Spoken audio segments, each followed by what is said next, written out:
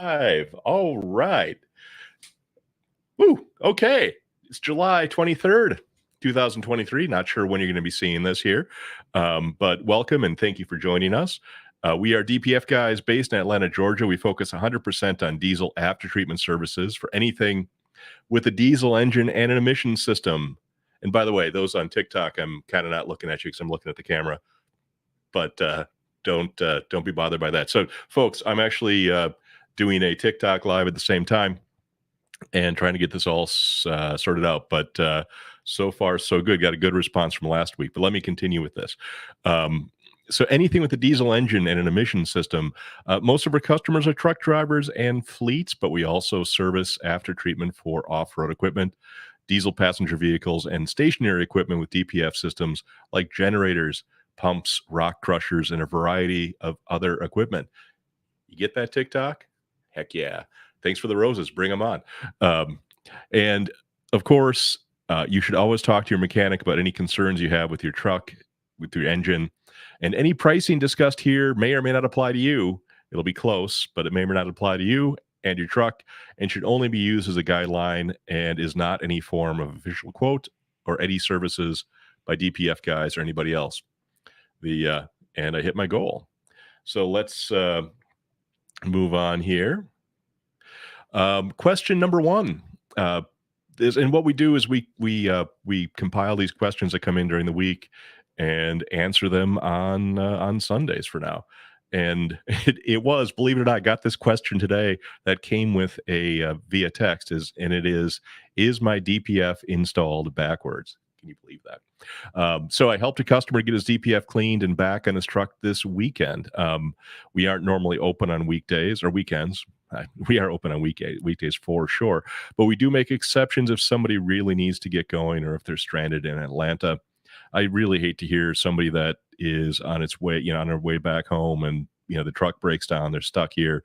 And man, I tell you what, every day is lost money. Every day is time away from your family. It's very precious. We want to get you going again. So we can't do this all the time, but if somebody is available and we can make it work, we'll come in on a Saturday or Sunday to help out. And no, we don't charge extra for this. You hear that? We don't charge extra for that. Just the extra mile we do when we are able to do it. And I can't do it all the time, but when we can, we will. It's kind of one of our mottos, which is if we can, we will.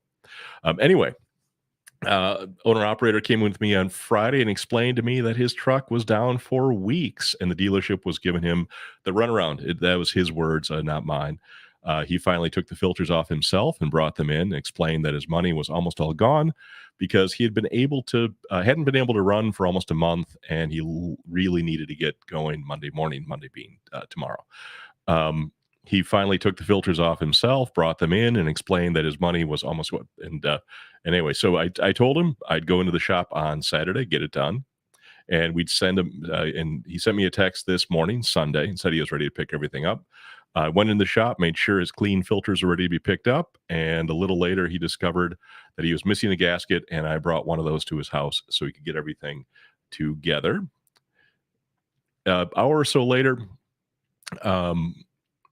he I lost my the hour or so later he sent me a picture via text asking me if he installed his DPF and DOC backwards, and I confirmed that everything was installed properly and he was ready to go. Most DPF filters, but so the interesting thing, so most DPF filters are designed so you can't put them together backwards, and there'll be a ring on the bottom of the DOC that goes into the DPF. You can't get it backwards. Now, again, your mileage may vary. You may have one that could go together wrong, but usually you can't put them together backwards. And this guy did a great job, got everything put back together. And so it was a success. And, different trucks have different levels of difficulty. I always tell people that pulling the DPF and DOC off of your truck to get it cleaned is really just an exhaust job. And, calling it just an exhaust job is, maybe underestimating how difficult it can be, because there's a lot of things that can break and things that get stuck. And, oh man, this just when you think it's going to be easy, it's not. But, on a scale of 1 to 10, 10 being the hardest, this gentleman's truck is probably a 5 in the difficulty scale, simply because how everything fit together.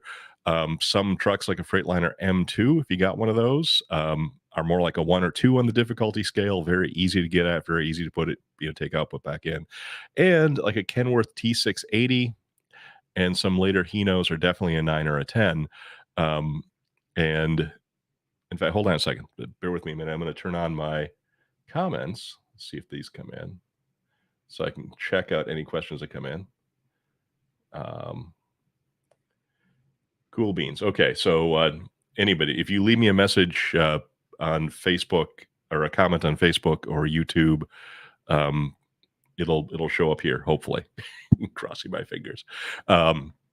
Anyway, so and don't forget, T680 Hino Cascadia, I would strongly recommend letting a mechanic handle that. But if you're feeling adventurous, if you've got the right tools, if you're handy, go for it. But understand these little jobs can definitely take longer than you think. Um, and don't forget that taking everything apart, cleaning it, and putting it together again isn't the whole story. Um, Depending upon where your truck is at in its soot level. So if you're already getting codes for it, if you're derated, if it's showing you high soot level on the on your dash, um, you even if you put a brand new clean DPF on your truck, you probably it's not going to clear the codes itself. You need to hook up a computer to it and reset the soot levels, regen the truck, and get everything back to where the truck understands that the DPF is clean and flowing like it should.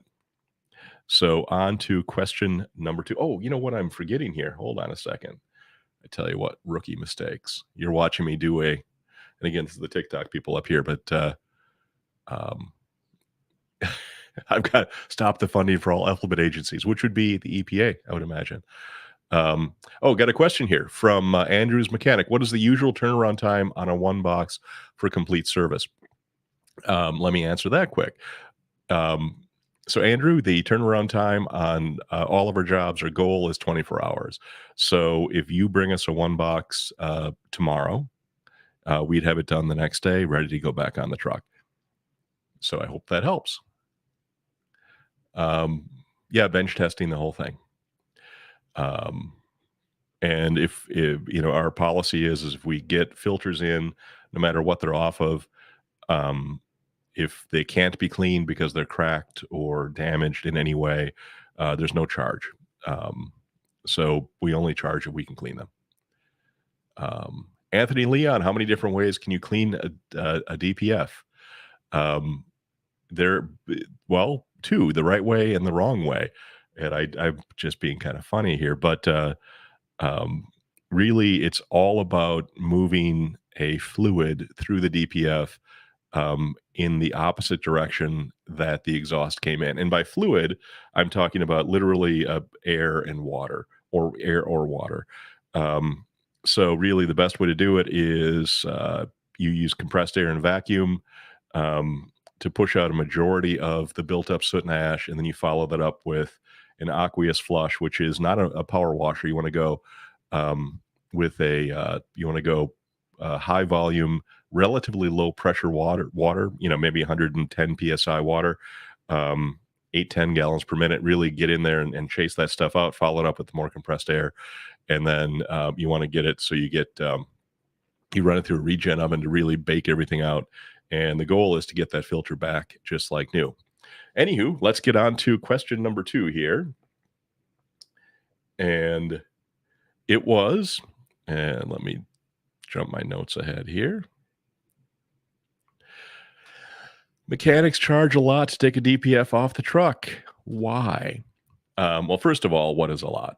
And I would imagine this would vary based upon where you're located and the market, etc. But in the Atlanta area, I'm seeing the non-dealership mechanics usually charging around $600, $850 plus or minus to do the 4 R's. R pirate sound. The 4 R's are remove, reinstall, reset, and regen. And of course, remove is obvious, pulling everything off, reinstall, putting everything back on, resetting any of the inactive codes, resetting soot level, and then finally normally putting the truck through a regen, which will reset everything and also is a great test to make sure that everything is functioning properly before they send you back down the road. And this job does take 2 days because day one, you bring your truck in, they pull everything off of it, and they'll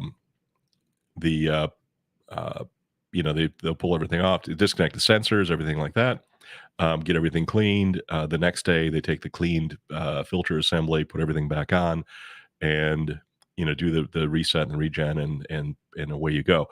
I've watched this done, dozens, if not hundreds of times, probably hundreds of times, and it seems like a job that would just take an hour or 2, but man, I tell you what, it's 5, 6, 8 or more hours is not unusual to get this all done, and that's why it's $600, $850.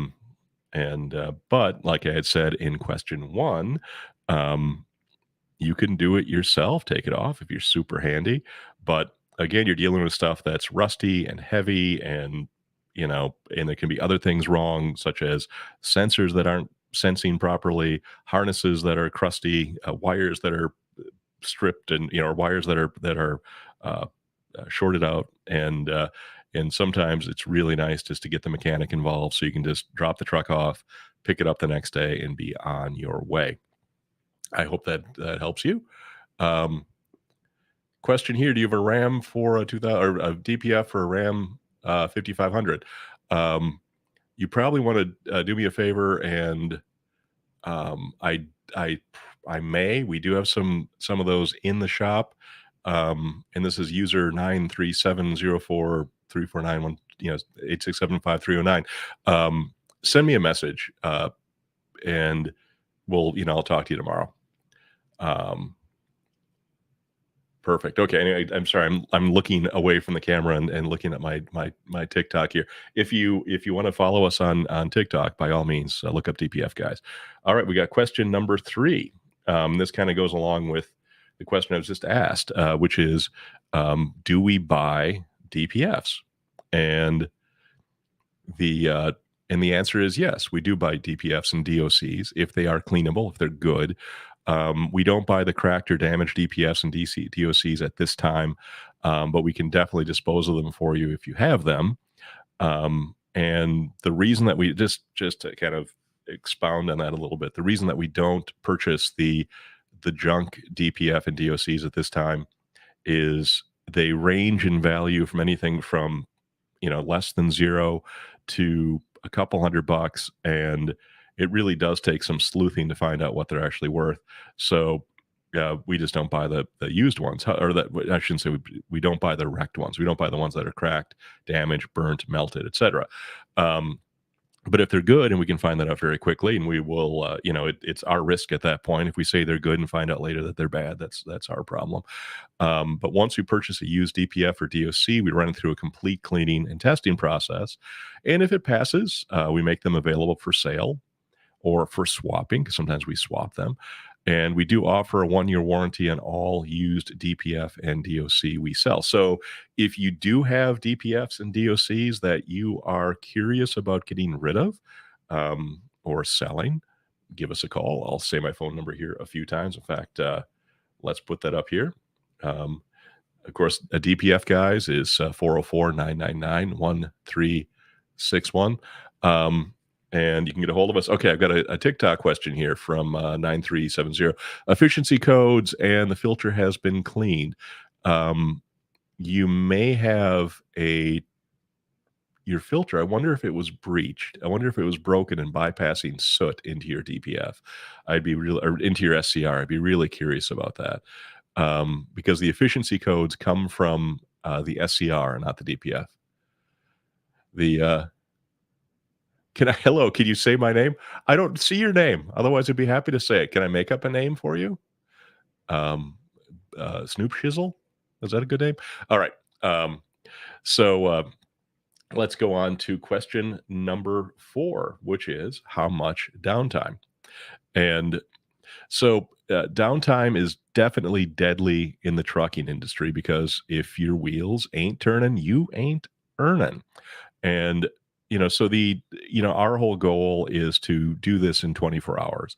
And of course, if you drop off a filter at 4:00 p.m., that you'll still get it back, around 11 or noon or 1:00 in the afternoon. And if you drop off a filter at 8:30 a.m., it doesn't mean you'll be ready at 8:30 a.m. So it's next day. And bring us filters by the end of the day on Monday, and they'll be ready to be reinstalled by noon the next day, most of the time. Now, if you've got oil-soaked filters or anything that is really rusty, that requires a lot of additional disassembly work or additional processes like welding or other repair, things can take a little bit longer. But, generally speaking, you bring us something on Monday, you get it back on Tuesday. Um, And I take pride in the fact that when you bring your truck in for service, the mechanics we work with are normally will start the same day, so your truck isn't sitting for days or even weeks waiting for somebody to look at it. And I am amazed at how many times I hear about that, which is somebody will drop off their truck at at a dealer or just a mechanic, and um, they go by the next day and the truck is the same place they dropped it off. They go by the next day, the truck the same place they knock it off, dropped it off. They put they put something underneath the tire to see if it's moving, and that 2-3 weeks go by before the truck's even pulled into a bay. So we really work on the idea that when you bring your truck in, we work on it. We get it worked on that day, and that's why I say let us know when you're coming so we make sure somebody's standing by. Um, and so downtime, figure 24 hours because we have to, of course, everything has to get pulled off the truck, which can normally be done the same day it comes in. Um, but once we get our hands on the filters, our cleaning process does require it to be in the oven overnight. And, that's about a 12-hour process. So we put them in the evening and they're done in the morning and we finish them and they're usually ready to go. Our goal is to get everything ready by 11 a.m. But you really want to figure that your clean filters will be ready to pick up, by 11 noon, 1 o'clock, but the next day. Question number 5. And this is a good one. We get it a lot. What what does it bup, bup, bup. What does it cost, and what does that include? Um, and so we recommend cleaning the not just the DPF but also the DOC. And the reason we do that is because what we found is um, the DOC, even though it's not a filter, it's a catalyst that produces the heat during a regen. And I can go in more detail about that if someone's interested. Um, but uh, it 10% of the soot and ash that we get out of the system will actually be in the DOC. And what happens is when we clean the DPF, and if we don't clean the DOC, the soot that's stuck in the DOC will jump into the DPF. Now that doesn't hurt anything. The DOC will catch, or the DPF will catch it, but it just means that more soot gets into your DPF sooner than it should, and which will decrease the amount of time that you can that you have before you get the DPF cleaned again. So you definitely want to do both. Um, and so you're looking at basically right now, as of today, $125 to clean your DOC, $295 to clean your DPF. Put those together, you get $420. But you're still going to need some clamps and gaskets. Definitely gaskets, possibly clamps. Um, we we highly recommend replacing the clamps. That will avoid exhaust leaks and other expensive problems like that. But if your clamps are in excellent shape and you want to reuse them, that's certainly an option. But you do need to get the gaskets. Um, we don't know precisely how many clamps and gaskets you'll need until we actually see the system, and we won't know exactly what clamps and gaskets you'll need until we see the system. Um, because every time we assume or guess, we get it wrong. So we really want to see those, see the filters in our shop before we actually pick the right clamps and gaskets for you. The so clamps and gaskets, how much are they? You're going to have this, like the small clamps are like about this big around. Um, and man, I got some great TikTok comments here. Anyways, the small clamps, which are for the inlets and outlets, usually about 50 or $60, and you might need one or two of those. And then the bigger clamps, which go around the DPF and DOC themselves, 70, $80, somewhere in there. And if you've got a Freightliner Cascadia with a 1-box, there's a couple of clamps in there that are real special, and they have the gasket material built right in, and those are probably 90 to $100 a piece. And gaskets, they run. You're looking at 10 to $40, depending upon what they are. Gaskets are less costly, but so ballpark numbers. $420 to clean both your DPF and your DOC, and clamps and gaskets, again, roughly speaking, another $200 or $300 for them. So, you're probably going to be able to get the whole job done on our side once it's off the truck for somewhere in the four, you know, $500 to $600 range. Now, we definitely sell parts. It's part of what we do. It's part of our business. But if somebody wants to buy their own clamps and gaskets, we don't mind a bit. But we have found that our pricing for parts will usually be lower than other sources, and the convenience can't be beat. And we've got a really good return and exchange policy. So, there's a lot of reasons. I mean, I think you'll save a little money by buying the clamps and gaskets from us, and the experience will be more pleasant. Question number 6. And can you use muriatic acid to clean a DPF? And the answer is no. Well, technically, you can use muriatic acid. It wouldn't hurt anything, as long as you don't get it in your mouth or your eye or any sort of orifice like that. But what I found is the chemicals don't actually clean the DPF. Physically flushing the DPF with a fluid in the form of air or water, followed by regeneration bake in the oven, is carefully controlled. Yeah, at carefully controlled regen temperatures is what cleans it.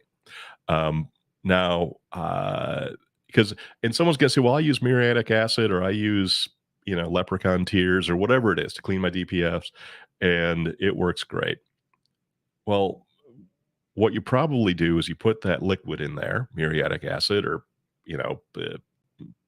unicorn pee, or whatever it is, and how do you get it out? Well, you blow it out with compressed air, or whatever, or you flush it with a liquid.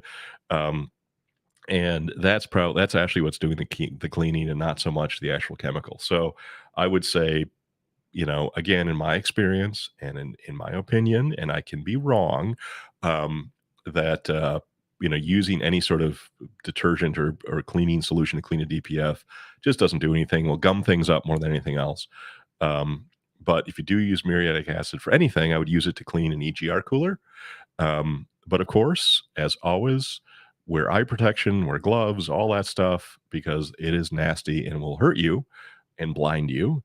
Better yet, just give us a call, 404-999-1361, and let us deal with it for you. Hashtag shameless plug. Question number 7. Ready? Do DPF cleaning additives really work? So let's roll this down here. And my answer to that is a definitive no-ish. No-ish. And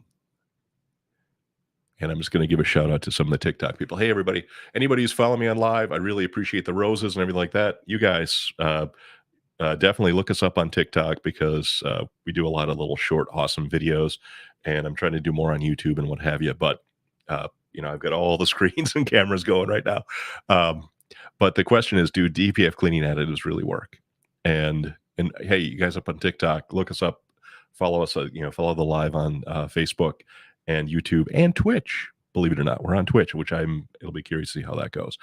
And I say no-ish about DPF cleaning additives, because you have to understand how this works. And it's actually quite simple, which is the DPF is just a filter. It's just a strainer that has really, really tiny holes in it that lets clean exhaust through and captures the tiny particles that are soot and ash coming off the engine. And so if you're dumping something in your fuel to clean your DPF filter after it's dirty, it's not going to do you anything other than waste money. And I suppose those additives will do stuff like maybe make the fuel burn hotter. But that's what a regen does anyway. So I don't think you're going to really do anything. And anything instructing you to take out a sensor and spray some junk into your exhaust will simply gum things up. And if you did spray that sauce into your exhaust system and run it and see a bunch of black goop come out your tailpipe, you probably just wrecked everything.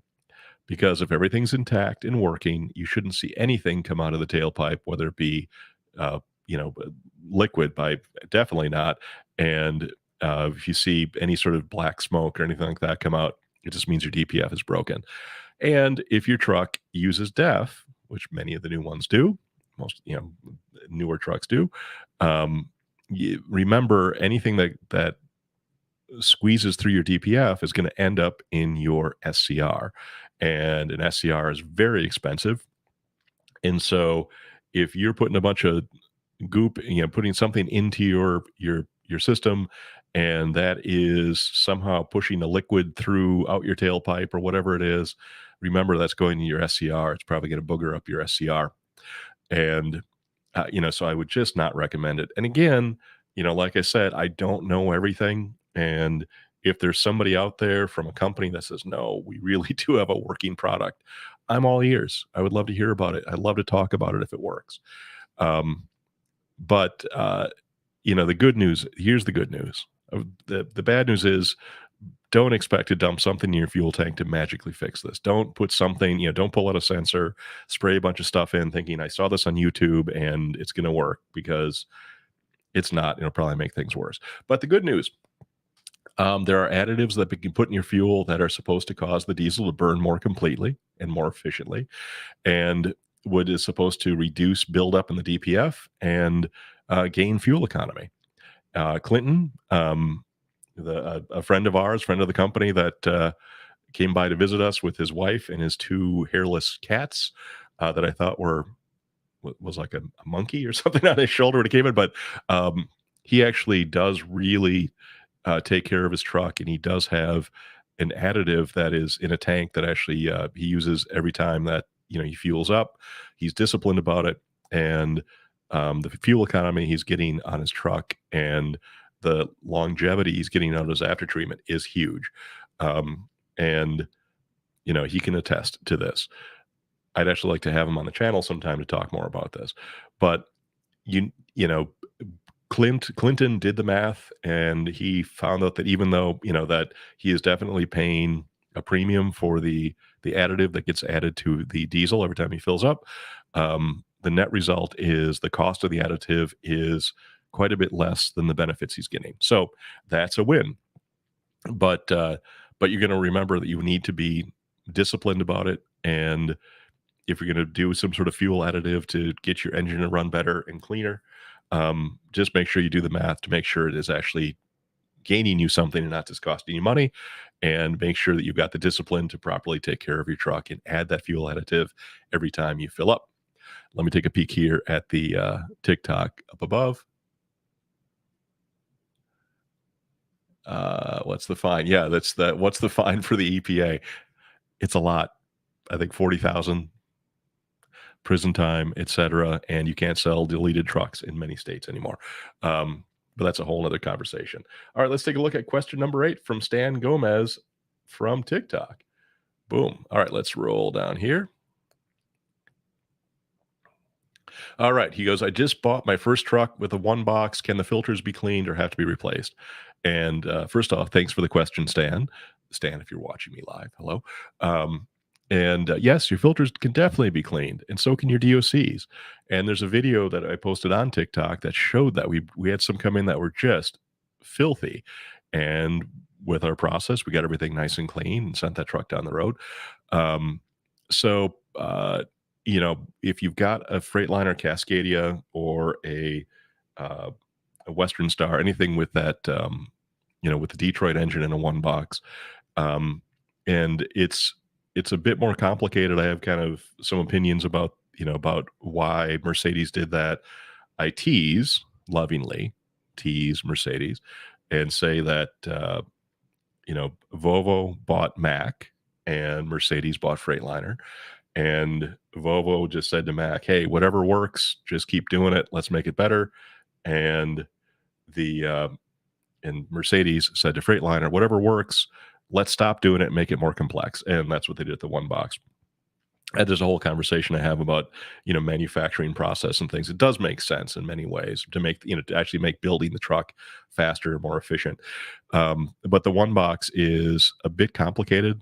It really isn't once you actually, walk around it. If you ever came to visit me at the shop, I have a 1 box that I used a plasma torch to cut open, and I can show you how everything flows through it. I think once you see, the kind of the widgets inside the one box, it can make more sense and definitely make, allow you to make better decisions as far as maintenance and avoid kind of the lazy Freightliner experience where they'll go in there and be like, oh, we need to do one box every time.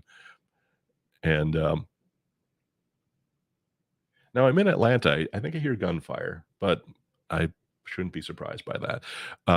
Anyway, so I was going on talking to Stan Gomez, and so the Detroit, a Freightliner with the Detroit engine would have a one box.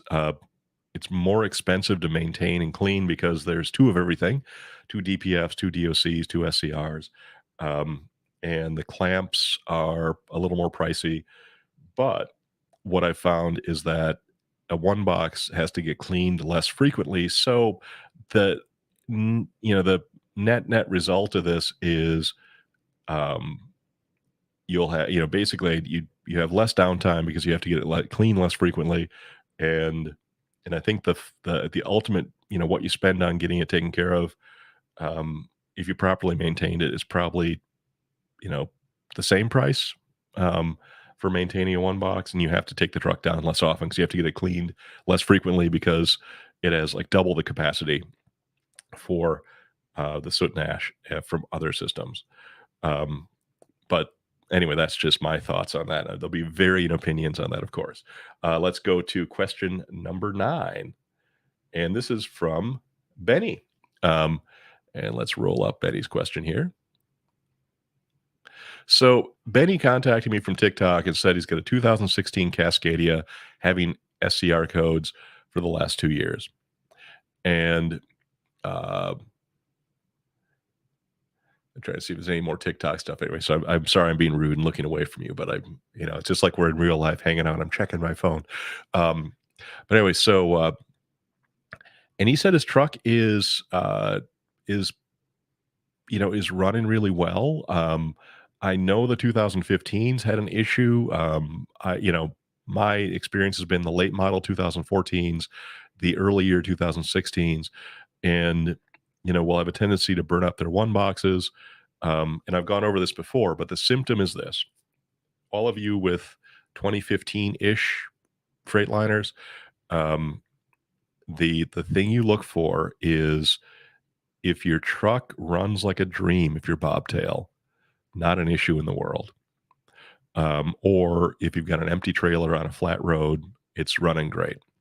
But the minute that if the truck begins to labor, which means you've got 40, 50,000 pounds in the back, you're going up a hill, going up a mountain, and all of a sudden it starts to throw SCR efficiency codes, NOx conversion codes, codes saying DEF quality, which is really man, I tell you what, that'll send you down a dead end.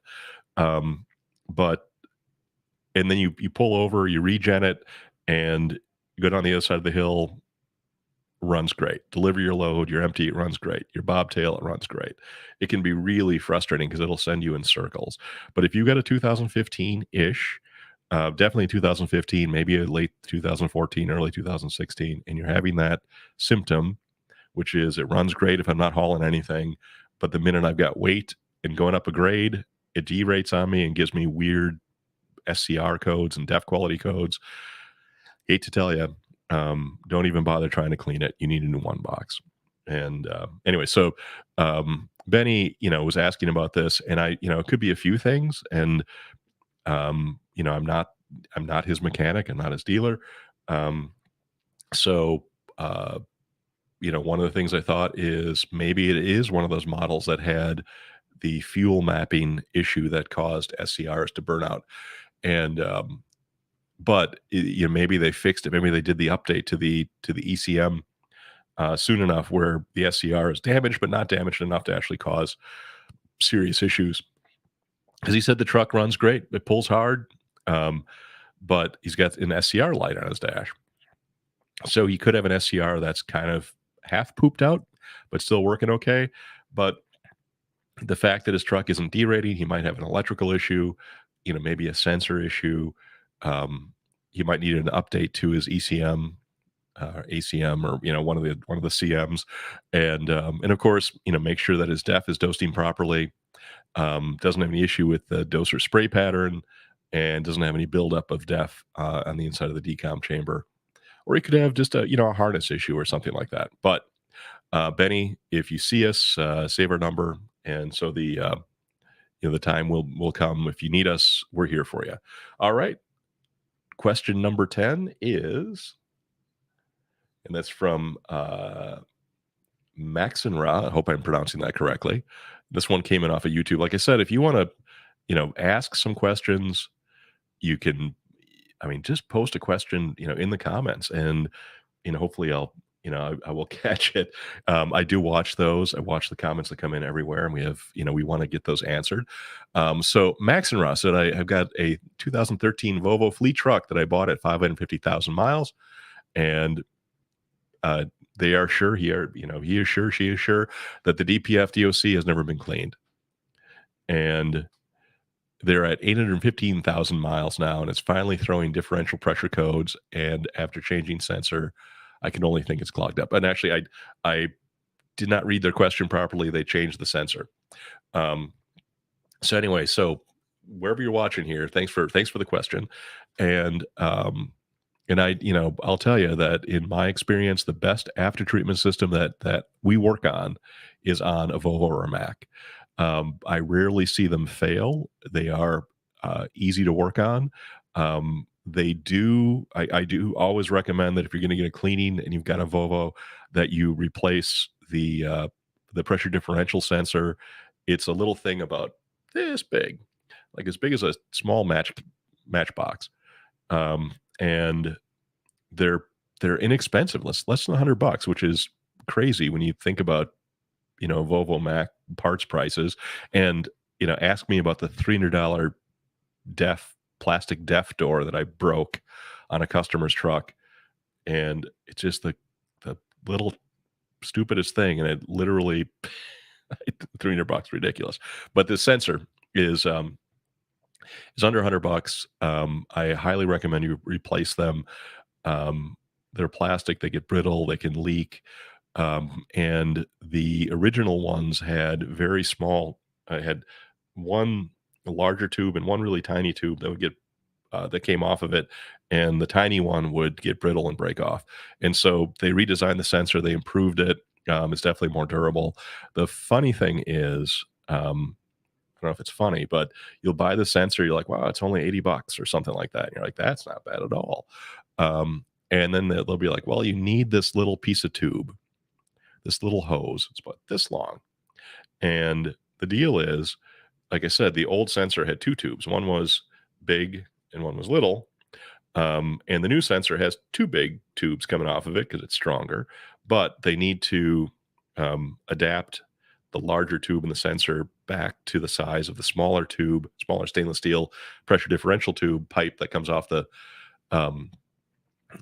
white soot coming off of it. Patrick and Josh, how do I get one of those hats? And Patrick, white soot coming out of the exhaust. Hold that thought. I will join you in a minute, and we're going to talk about that. And a hat, I need to know where to send it. Anyway, so we're talking about the little hose. Now, the sensor is going to cost you $75, $80. I swear it'll be under $100. Now, might be over it now, but it's $75. But that stupid piece of hose, little orange thing about this big, it'll cost you more than the sensor. It's nuts. And but like I always say, here comes the punchline: hose ain't nothing but trouble. There you go. So that was 10 questions, 10 answers, and where's my cursor here? I'm my own producer. So DPF guys, 404-999-1361. You hear that, TikTok? 404-999-1361. You're always welcome to call, but you might find that you're better off sending us a text, because that way we can get back to you when we're not up to our elbows in a dirty DPF or something like that. And of course, all the usual channels: Facebook, YouTube, now Twitch, TikTok, Twitter. Just look for DPF Guys. Instagram, DPF Guys, so on and so forth. So everybody I'm going to turn on my comments here and see what I can watch. Let's see. 14 is come and go. Okay, so I've got a hey. So there's Edgar. There's hello everybody. The Edgar Medina, man, I tell you, what are you up to, Edgar? He came in and helped us out a little bit, and would love to have him come back sometime, but I think he's busy pouring concrete or something. Sharjeel Arshad. I wonder if I should move this. Hang on a second here. Now that I'm done with my what I got to say here. Oh yeah, so check back next week.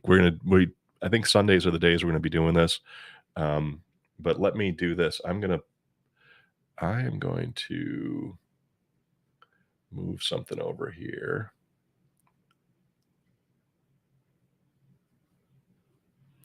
Yeah, but of course those are in my teleprompter. I can't see it. So anyway, I'm gonna move that back over. If you guys want to see my studio sometime, let me know. I'll do a video kind of showing it from the other angle.